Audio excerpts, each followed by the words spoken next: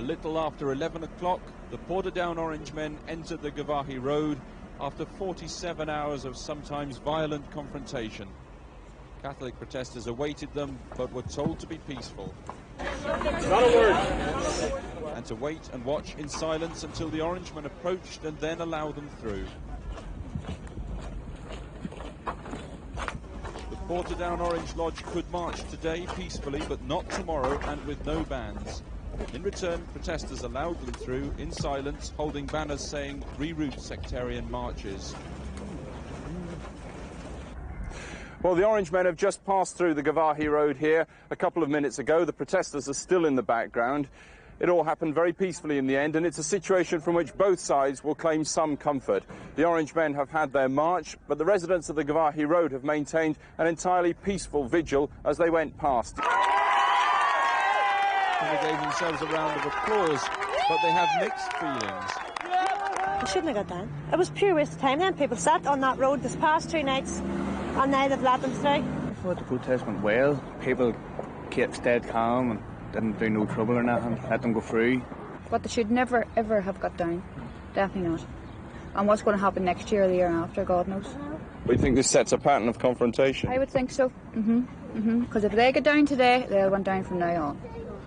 3 days without sleep, one protest organiser felt he could now rest. We really held a sense of dignity and a sense of disciplined behaviour that has resulted in a compromise which we're happy with, and being able to allow this situation to diffuse and not have an increase in violence or an increase in tension.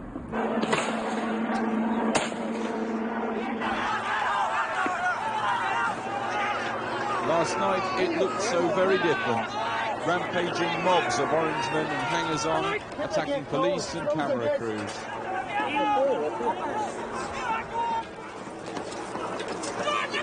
Surprisingly, there were no arrests and no serious injuries, and it's emerged that a group called the Mediation Network finally broken an end to all this violence.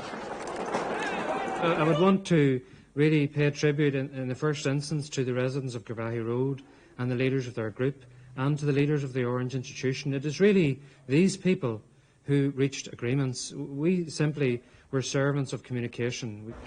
Though the officer in charge paid tribute to the Mediation Network for achieving a deal during all-night shuttling between Orangemen and nationalists. What it does, I think, show is that where there is a willingness on all sides and where time is allowed for discussion and dialogue to take place, then an agreement can be worked out for the best interest of all involved. Across Northern Ireland tonight, loyalist bonfires will be lit.